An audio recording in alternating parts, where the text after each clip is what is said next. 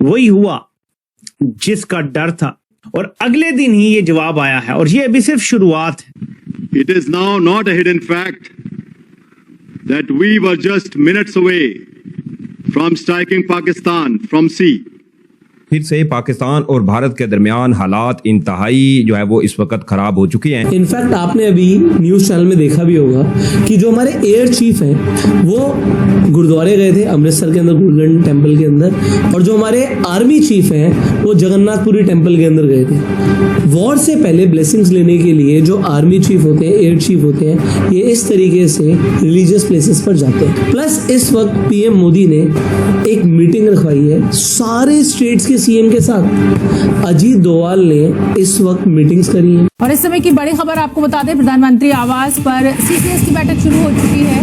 Cabinet committee on security की बैठक शुरू हो चुकी है। प्रधानमंत्री मोदी की अध्यक्षता में बैठक हो रही है मिडिल ईस्ट संकट को लेकर। आपको महसूस नहीं होता कि ये कोई रिहर्सल है जो की जा रही है? बल्कि मैं बताता हूँ इस वक्त हालात क्या है, लेकिन भारत किस हद तक आगे जा चुका है आपने क्वेश्चन किया कि आजकल क्या कर रहे हैं, मैं बताता हूँ। एक तो ये मसरूफ है कि बॉलीवुड में फिल्में बना रहे हैं पाकिस्तान के खिलाफ। डर में रहना चाहिए इन लोगों को।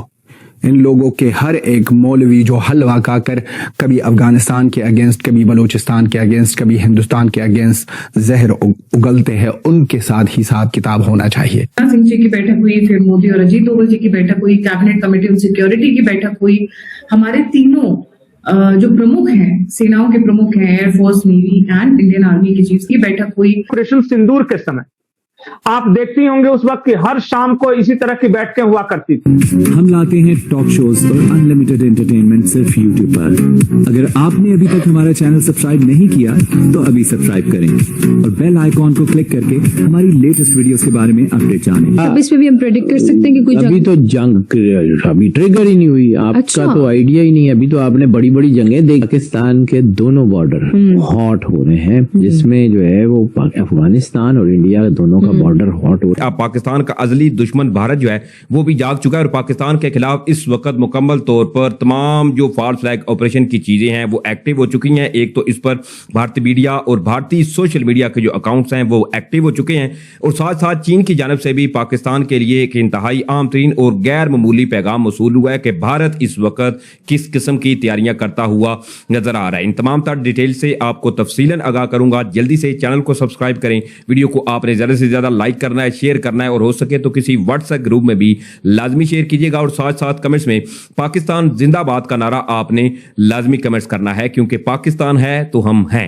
नाज़रीन कराम, इस वक्त सूरत-ए-हाल एक मरतबा फिर से पाकिस्तान और भारत के दरमियान खराब होती हुई नजर आ रही है, क्योंकि कल रात लाइन ऑफ कंट्रोल से ये खबरें सामने आई थी कि पाकिस्तानी सिक्योरिटी फोर्सेज की जानब से भारत का एक बेसिकली ड्रोन जो था इसको मार गिराया गया था, जो कि जासूसी के लिए भारत की जानब से भेजा गया था। लेकिन एक जानब जहां यह सूरत-ए-हाल है तो दूसरी तरफ जम्मू कश्मीर के अंदर भारतीय अफवाज की जानब से एक फेक एनकाउंटर के नाम पर एक ड्रामा भी रचाया गया, और चूंकि इस हवाले से ऑलरेडी पाकिस्तान के इंटेलिजेंस एजेंसी ने यह खबरदार किया था कि भारत पाकिस्तान का नाम इस्तेमाल करते हुए और पाकिस्तान के ऊपर एक बार फिर से इल्जामात की बुछाड़ करते हुए कोई ना कोई एक ऐसा ड्रामा जम्मू कश्मीर के अंदर रचाने जा रहा है, जिसमें फॉल्स फ्लैग ऑपरेशन जो ऑलरेडी भारतीय हुकूमत का एक वतीरा है कि एक रचाया जाएगा और पाकिस्तान के खिलाफ एक नया मुहाज जो है वो खोला जाएगा। कल भारत की जानब से यह ड्रामा भी रचाया गया, लेकिन अब इस सूरत-ए-हाल के अंदर भारतीय फिजाइया की गैर मामूली एक तो नकलो हरकत रिपोर्ट हुई है, और साथ साथ चीन भी इस वक्त हरकत में आया और पाकिस्तान के लिए खुफिया पैगामात इस वक्त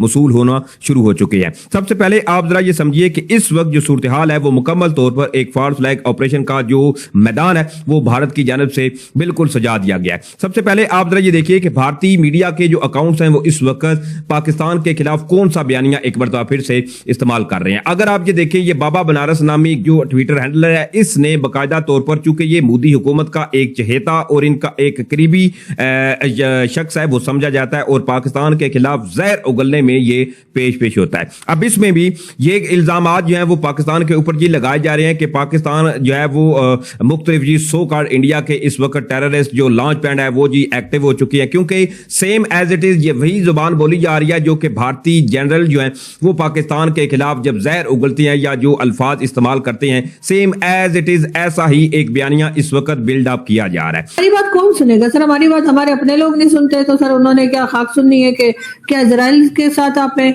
अगर आप ईरान के साथ हैं, पहले तो लोगों को यही समझ में नहीं आ रहा, जो भारत में हमारे दोस्त हैं उनकी तो यही समझ में नहीं आ रहा कि पाकिस्तान है कहाँ। अगर आप ईरान के साथ हैं तो इसका मतलब है कि आप अमेरिका के साथ नहीं, आप अमेरिका के खिलाफ काम कर रहे हैं, जबकि अमेरिका के साथ तो आप बने हुए हैं कि जी ये तो हमारी सारा दिन तारीफ करते करते डोनाल्ड ट्रंप थकते नहीं है। और अगर आप डोनाल्ड ट्रंप के साथ हैं तो इसका मतलब है आप इजराइल के साथ हैं।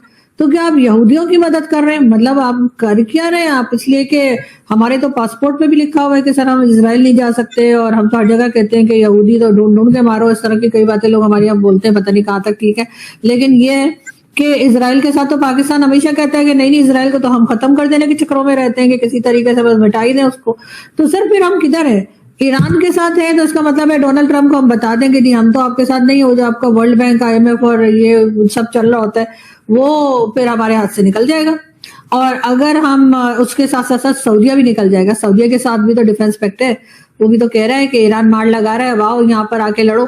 तो फिर क्या करेंगे ये? और सर अगर हम चले गए तो क्या हमारी इतनी ताकत है कि हम ईरान को भुगत सकें? इसलिए कि ईरान ने तो कई गल्फ कंट्रीज की इंसेंट बजा दी है। तो सर अगर ईरान हमारे खिलाफ हो गया तो फिर हम कहाँ छुपते फिरेंगे? हमें तो कई जगह नहीं मिलने वाली। तो हम इस वक्त सर ऐसी जगह खड़े हैं जहां पर एक तरफ कुआं है और दूसरी तरफ खाई है।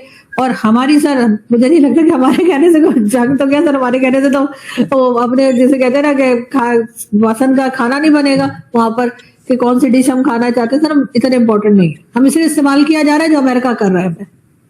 नहीं, मुझे ये बताएं, आप कह रही हैं कि अमेरिका को सपोर्ट कर रहे हैं, इजराइल को सपोर्ट कर रहे हैं। आप एक जगह रहिए ना, या तो आप इधर हैं या आप उधर हैं। चलिए ठीक है, हम इजराइल के साथ हैं हाँ। जो आपकी बकौल, तो फिर ईरान की शुक्रिया पाकिस्तान की गवर्नमेंट का कर रहा है और लोगों।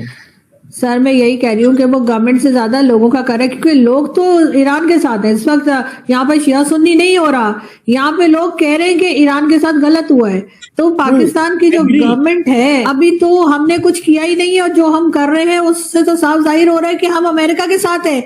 और अमेरिका का मतलब है कि हम नेतन्याहू के साथ हैं। और हमारे तो कई सीनियर जर्नलिस्ट, मैं किसी का नाम नहीं लेना चाह रही, वो तो उठ के ये भी बात कर रहे हैं कि नहीं हम तो जो है वो इजराइल को तस्लीम भी कर सकते हैं, इजराइल के साथ बात भी कर सकते हैं, और कोई ऐसी बात नहीं है। सर हमारी तो कहानी कुछ और चल रही है। ठीक है, मैं भी मानती हूँ कि इजराइल से बात हो जानी चाहिए, ऐसा कोई इजराइल ने हमारा कुछ नहीं बिगाड़ा, लेकिन फिर भी सर अब मेरी बात तो कंप्लीट होने देना। अब एक बार खुद इस तरह से स्लिप हो जाए तो दूसरे का ख्याल करना चाहिए। मैंने सुना वो पॉलिश बहुत ज्यादा हो रही है तो वहाँ कारपेट लगवा दें।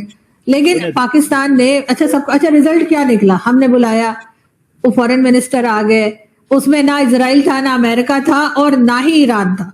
मतलब जिनकी आपस में असल में लड़ाई हो रही है उन तीनों में से कोई नहीं था। जब बाहर तमाशाई बेचारे तो वैसे ही पिट रहे कुट रहे हैं, चाहे वो सऊदी अरेबिया हो, चाहे वो UAE हो या कोई और कंट्री, गल्फ कंट्री हो, उनको बुला के कि आओ बेटा आओ, तुम्हें मारा रख के ईरान ने, तो उस पर हम हमदर्दी दिखा रहे हैं सर हमारे। और उसके बाद आप कहते हैं जी भारत जो है वो परेशान है।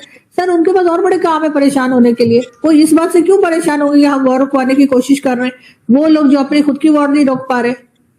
वैसे तो अच्छी बात है, मैं कहती हूँ पाकिस्तान को इस तरह का रोल प्ले करना चाहिए अगर कर सके। लेकिन बात सारी ये कि हमारी सुनेगा कौन? हम तो सिर्फ मैसेंजर हैं। यहाँ से बुलाएंगे, उनको कहेंगे उनसे बात, वो बात कर रहे हैं, वहां से बुलाएंगे, हमारी बात तो कोई सुन ही नहीं रहा ना सर। तो आपको ये वीडियो कैसा लगा कमेंट बॉक्स में जरूर लिखिए। इस वीडियो को लाइक कीजिए, शेयर कीजिए, सब्सक्राइब करना ना भूलिए आपके चैनल EFC.Z को। मिलते हैं अगली वीडियो में। जय हिंद।